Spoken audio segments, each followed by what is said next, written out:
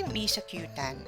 Welcome to Asian Agribiz podcast, bringing you interviews and updates on the animal protein community throughout Asia from your trusted provider of news and market intelligence. In this episode, our regional correspondent Meliana is speaking with Suresh Neethirajan, an associate professor in the Animal Sciences Department, Wageningen University Research in the Netherlands. His background is in bioengineering and sensor technologies, and he is focused on bringing solutions to improving animal health and welfare through enabling digital technologies. He currently serves as the associate editor for the Frontiers in Animal Science and Sensors journal. He's here to talk about how big data can help forecast the future of farming, not just by detecting but predicting diseases even before they happen. Good morning, Dr. Suresh. Welcome to the podcast. Thank you, Meliana. Our topic today focuses on big data in detecting animal diseases. Why don't we start with your explanation? What big data means, as there is still some confusion about it. Can you offer some examples? Yes, Meliana. So when we use the word big data, it means a large or a huge volume of data. The data that cannot be stored or processed using the conventional, traditional computing approaches within a given time frame. So more often, the terminology big data is sometimes confusing. So when we generally speak, when the data is in terabytes or petabytes or exabytes, or even larger than that particular size or volume, we can call that as a big data. How can detecting animal disease be optimized with big data? What accuracy does big data offer? So when we look at the animal disease detection, big data can help the farmers and animal caretakers to go from not just detecting the disease, but predicting the particular disease or the disease incidence even before it happens. So the goal of big data is to uncover patterns that were once considered invisible or not possible. So how do we go about looking for connections from various data sets to help forecast the future of the smart farming? Valuable insights can possibly emerge from the animal management that was once hidden before the collection of the data online. So data comes from a variety of sources. For example, it could be a video data or image data that captures the chickens, poultry, cows, pigs, and etc. Or it could be the sounds of these different animals, how different dairy cows and pigs makes variety of sounds. Or even it could be movement or activity, how long the cow is sitting, how long the cow is walking around, lying down, how often the cow is going and feeding the water or the feed station, etc. Sometimes we could also, from the data, look at how these animals interact with one another. If there are 200 cows in a particular farm, how one cow more often interacts with another cow or a calf. Those kind of social interactions can also be determined and quantified. So all kinds of data can be obtained from the animals with the current emerging sensor technologies. So these data, when they are coming in, they will help us to characterize the behavior, the functioning capacity of the animals, the mood, or even the happiness or the specific aggressiveness or cannibalistic behavior of these animals, in addition to the possibility of sickness or diseases. How long will it take for these animals to gain body weight based on the current feed consumption ratio? And similar information can also be obtained based on sensor technology enabled big data. In the past, what we used to do is we sometimes we take management decisions based on the group level or the herd level. Now, with the big data, we can actually look at individual animal and understand the per animal need, and we could take care of the animal in a better manner for both enhanced production and also better welfare management. How does it work? At what kind of equipment is needed? What would the capital outlay be? So when we use the word equipment, maybe we could say as the tools. So there are many kinds of tools available nowadays. Apache Hadoop, Spark, Flink, Kafka, Storm, or some of the tools commonly, typically used for big data analytics. Some of these are not real hardware components. These are not like a computer we buy and install in the farm and then it's done. No, it's not like that. These are some of them are real hardware components. They are connected via local area network to the server. High performance computing resources, servers, cloud based architecture are some of these platforms that would be basic requirements for big data analytics. In addition, you would also need some specific softwares and visualization solution platform so that the farmers can not fiddle with the complex numbers. They just know how to make decision by simple visual interface by some figures or graphs in the iPad or specific platforms, decision support systems they use. So there are nowadays also open source tools and platforms available that can bring down the cost. This means cost can really vary a lot. It could be also depends on context based and volume driven, how big the farm is, how often we are looking at collecting the data, what kind of decision we are looking at making. That would decide the capital outlay. We also have to take into account the costs for the people involved, because they are the one who is going to create critical insights, put things together, and develop solutions. So people, when I say data scientists, data engineers, who can get things done by analytical approaches. Okay, Dr. Suresh, you mentioned that big data can help the farmers not just detecting, but predicting the disease even before it happens. Could you tell us what diseases are investigated? This is a very fascinating area of research. There are many research groups and also private big industries currently involved in this specific focus. For example, when I walk into a poultry industry, there are at least 300 to 500,000 of laying hens or broilers in the poultry barn. There are so many sensors, cameras taking continuously collecting videos, sound, microphone based detection, and then the egg, how many eggs are produced per day based on the number of birds, what is the feed intake, temperature, humidity, air circulation changes, body mass index or body score condition of these birds. So there's a variety of, and then the feed nutrient composition, we take this into account. That's inside the farm. But outside the farm, when we look at it, the different logistics behind it, who are the suppliers for the feed, who are the producers, who are companies that buy the eggs and the broiler chickens at the end of the day, that we have to consider. We also have to consider the weather pattern. What is the everyday changes in the weather? Because the climate change and the environmental impact also contributes to diseases for these chickens in this particular example.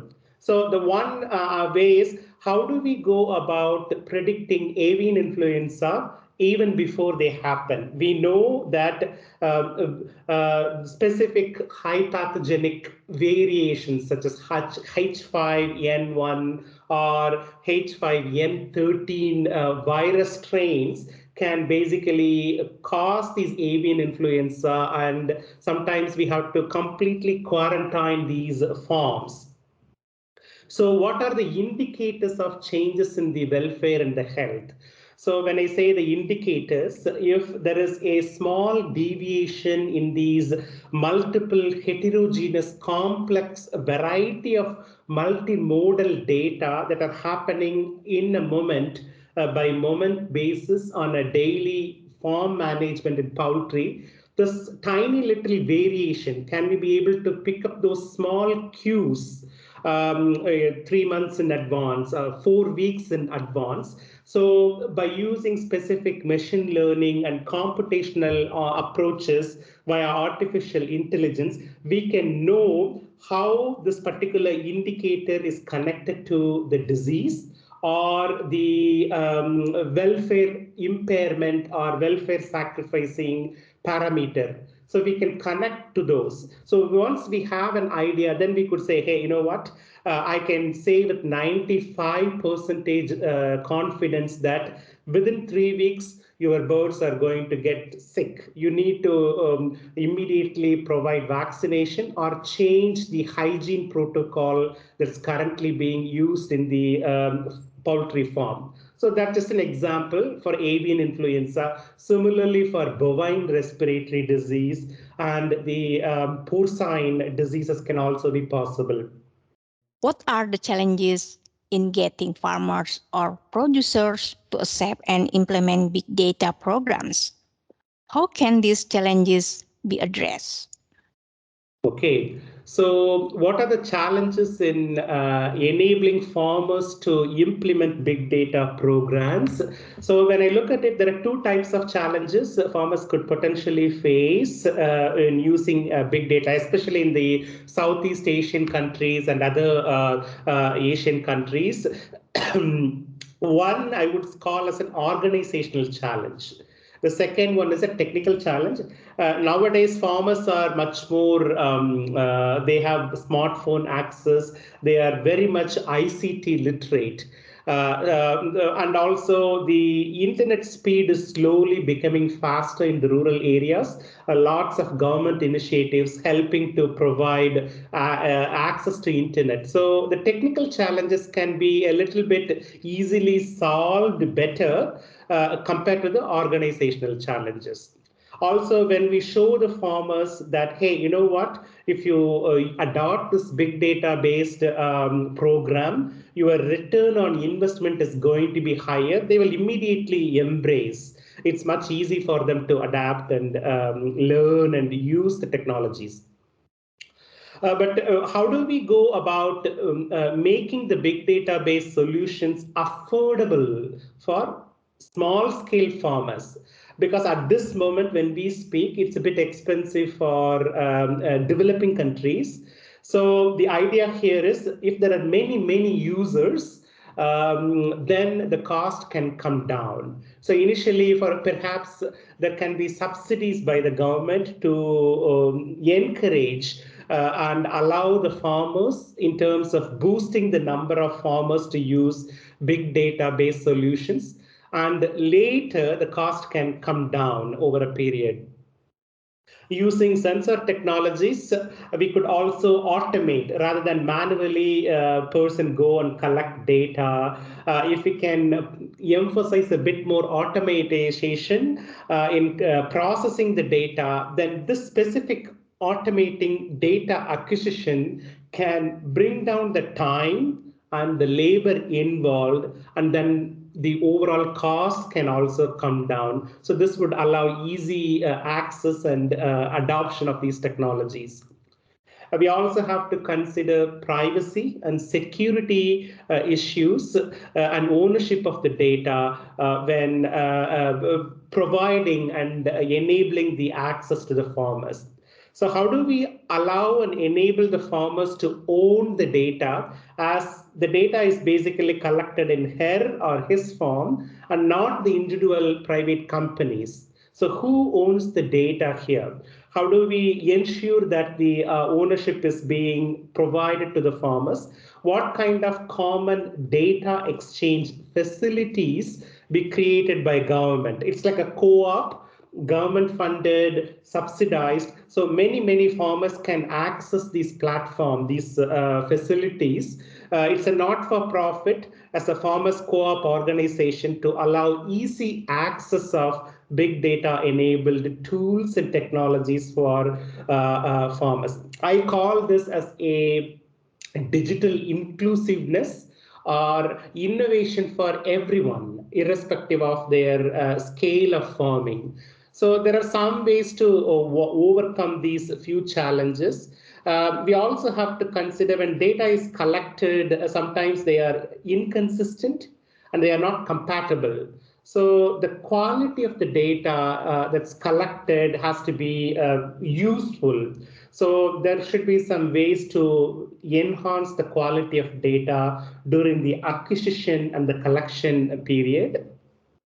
If the availability and the quality of the data is not very good, then the big data programs may not be able to provide useful solutions. But of course, the instrumentation can obviously provide solutions to ensuring validation and other ways of data filtering, noise removal to obtain a much better quality data. Okay. The next question, what can the industry expect in the future? How can big data revolutionize the animal health industry? So obviously, big data will cause drastic changes in the scope and the way the smart farming is being conducted. Business analytics at a scale and speed that was never seen before will be developed, and these can be a real game changer and will also create possibly new business models for farmers and the farming sector and the agribusiness community. There will be a shift in the power dynamics, mainly because of the data ownership. So, because of the role of the government and the involvement of private and international organizations in these interconnected farming sector, this may help to position and increase the voice of the farmers in a strong and more positive manner. Animal health industry can also benefit greatly due to the ability to access real-time data, real-time forecasting, and tracking of the biological factors related to diseases. And also because of the Internet of Things, it will help to save resources, time, and energy for the individual farmers. How long will it take for industries in Southeast Asia to embrace big data technology? This is a little challenging question because it depends on the domestic product. Higher GDP per capita level is correlated to the greater use of information and communication technologies in Southeast Asian countries. For example, when we look at Malaysia, Singapore, and also Taiwan, Shanghai, they are in one end. And when we look at the Southeast Asian countries, Indonesia, Cambodia, Vietnam, Philippines, the government is very enthusiastic. They are investing heavily in digitizing the economy. The governments of Southeast Asians have introduced many programs in the past few years. For example, how to go about promoting digitization, digital economy, and other related digital transformation initiatives. We also should recognize the role of the involvement of the private and global companies who are driving the digitization of the countries. When I look at the statistics and the World Bank numbers and the World Economic Forum data analytics, I see that there is a larger number of booming startup companies, small to medium scale enterprises are surging in the past few years in the Asian countries, Southeast Asia. Some countries in Southeast Asia, they also have established a digital free trade zone. So how to go about go digital vision. These are some of the initiatives currently happening. So I believe this will definitely promote the long-term economic and big data based technological transformation development. So sometimes when these initiatives are happening, Instead of focusing on the short term, the efforts have to be for the long term. So it will be a great benefit for many stakeholders involved in the agribusiness community. That's mean the countries you mentioned are using big data in the animal health industry? Yes, indirectly and directly, they have been contributing to the decision support system by private sectors and others. The government is also collecting specific data in terms of how many animals are moving over a what period of time, how much feed is basically distributed across a specific province or region, what are the possibilities of the weather fluctuations based on the satellite data. These are all already happening in specific ways. But a bit more cohesive, coherent approach is needed in enabling small scale, medium scale farmers to make use of these technologies. Okay, thanks a lot for sharing your insight, Dr. Suresh. It was a pleasure talking to you. Thank you so much, Meliana, for having me. You have a wonderful day. The animal health industry can benefit greatly from the ability of big data to access real time data, real time forecasting, and tracking of biological factors related to diseases. And the Internet of Things will help it to save resources, time, and energy. Thank you for listening to another Asian Agribiz podcast. Don't forget to subscribe to the show on Spotify, Apple Music, or wherever you get your podcasts.